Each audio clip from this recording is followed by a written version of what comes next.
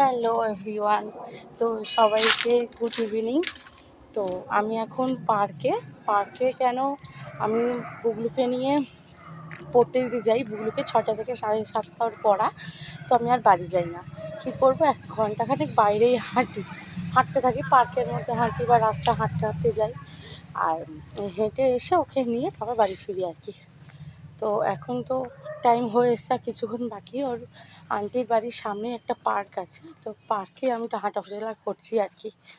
তো হাঁটতে হাঁটতে হাঁপিয়েই পড়েছি, একটু বসে পড়েছি বাচ্চাদের স্লিপের উপরে, দেখতেই পাচ্ছ। তো সময় হয়ে এসছে, আর একটুখানি বাকি আর কি, 5 মিনিটের মতন বাকি। তার ফাঁকে ভাবলাম তোমাদের সাথে একটু গল্প করে নিই। এই যে হাঁটতে হাঁটতে শাশুড়ি মার দোকান থেকে ডিম নিয়ে চলে এসেছি।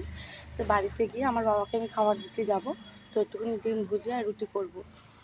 তো নিয়ে এসেছি ডিম, এই ওকে নেবো, নিয়ে গিয়ে ডিম ভাজা করব, রুটি করব, করে ওকে নিয়ে যাব। তো কেমন লাগলো ছোট্ট একটা ভিডিও ব্লগ, আবার পরের ভিডিওতে দেখা হচ্ছে। টাটা।